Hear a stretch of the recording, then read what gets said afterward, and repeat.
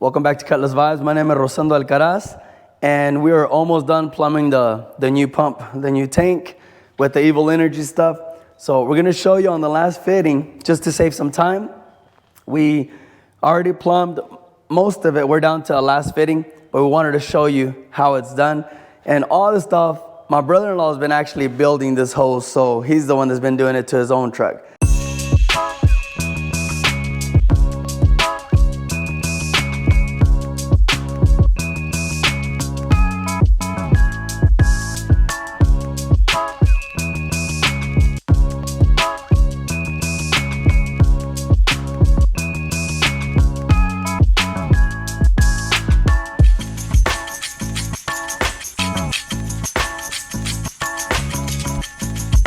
He already cut it here.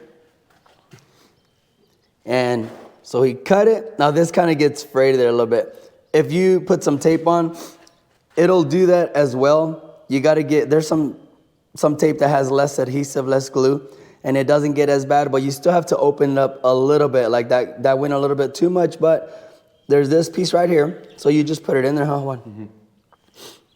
So that's what it looks like when you cut it. And then this piece goes in there. And you just press it even, and you can tell when it's right there with the hose, with the little inside line. Sometimes if they don't go in, you can just kind of hit it. Yeah, he'll bang it a little bit, get it in there. See? Yep, it's all the way in. Then what do you do, Juan? And that one goes in there. Before you put that little piece, don't forget to put this piece on. You slide that one in, because at the end, that's what goes up. And if it gets a little bit too much, you can kind of cut them, snip them a little bit. Sometimes they don't get as bad. That's one kind of problem that people have, but we'll just cut a little bit of these and then put it on there, tighten it really good, and that should create the seal we need. Everything else is ran. We're gonna run the wires for the sending unit, so direct to the Dakota Digitals. And I'll show you quickly kind of how we ran it. We'll get it on the lift in a little bit. I mean, we'll lift it up, but we ran them this way. And right now they're just there because we're not completely done. We put the filter next and then all the way to the rail. And this one has a return at the rail. So from the rail, we run it back all the way back to the return, which is this line that he's doing right now. And it goes right here. This one's just a vent. We'll wire the pump here in a little bit, and this one. When we get it up in the air, I'll show you how we run the lines. We'll be back with you in a second. All right, so we got the return done. My brother-in-law put it all together. This is how we did that one. We tightened this one. This is where it ended up. So we just put a 45 and kind of went around. That's what we got so far. Here's the sending unit.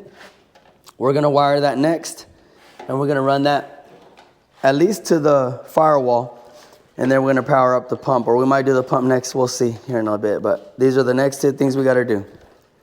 Let's do it. All right, so my brother-in-law's on call this weekend. He got a call, he has to go to work, but I don't wanna do too much without him because this is his truck, and he wants to learn and be a part of the process so he can see. I let him do, I show him what to do, and he does it. That way he learns, and he does a lot, because it's a different feeling when you build something or upgrade things in your vehicle and you had a hands-on yourself. That's pretty cool. If somebody else does it, sometimes it doesn't feel the same. So I want him to do a lot of this, so he feels like he did it, because he did. The lines, like I said, he plumbed it. I'm just watching him, helping him here and there, but he's doing it. So I already we ran the pump, we wired it, and then here's the sending unit. And we bought some of this stuff so we can run it all down nicely all the way to the firewall. We bought some 16 gauge wire just to match the sending unit wired, and the sending unit's even thinner than that, but we did a 16 so we can run all the way to the front. While he's gone, I'm gonna go ahead and lift the truck and show you underneath how we ran it so far. Just stay tuned. All right, so I think there's enough light out here, but if not, I got a little flashlight to show you. So we ran from the tank down the frame rail, just right here. And this is not how we're gonna leave it. I left some slack on the fuel line, but I think I left too much. We ran it to right here. This is how we did this. We still need one more hole right here. We ran it right here and then to the lines. So these are some special connectors that we ordered that go from the steel line converted to the AN.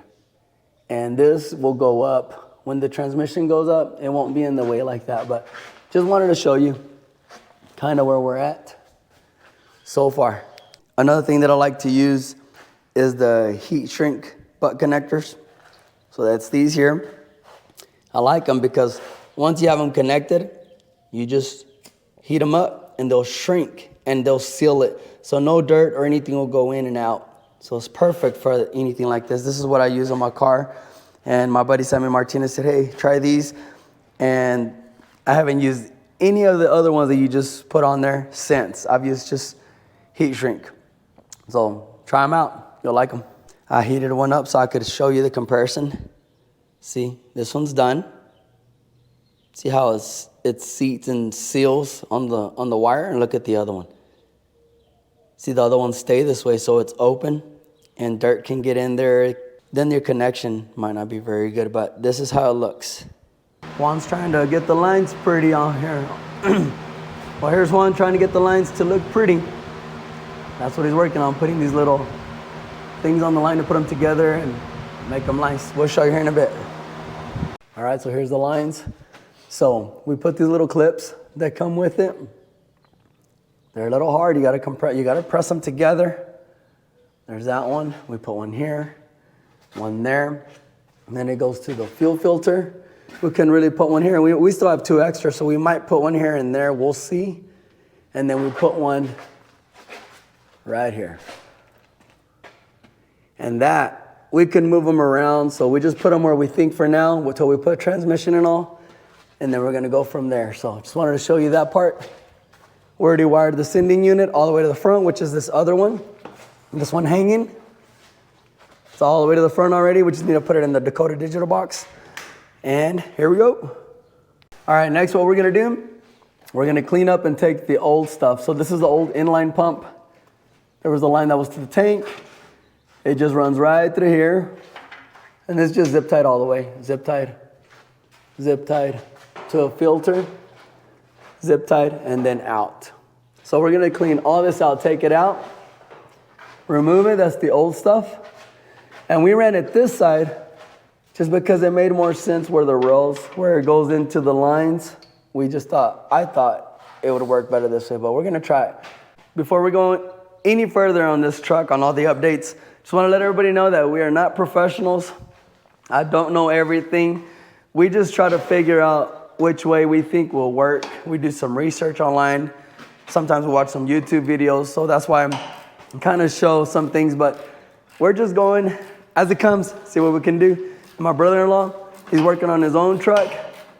He's never really worked on cars too much, but he's learning, and I like that because when he's driving it, something goes wrong, even through the phone, I could tell him, hey, check these wires, the ones that we ran to here, and he can do that. He'll know where things are at. So even if you don't build or do your own cars, there's nothing wrong with that. But at least ask him to show you the basics, like your wires to your fuel pump, the relay, which one is the relay, things like that, that maybe on the side of the road, you at least know where to start, at least, little things like that. But we're excited.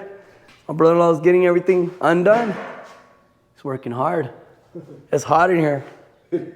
Well, we went ahead and took out all the old stuff, even the lines, the hard lines that were left in there, just cut up, took it all out. So there's all the old stuff, part of the hard line. They used to go to the mechanical pump. There's the inline fuel pump.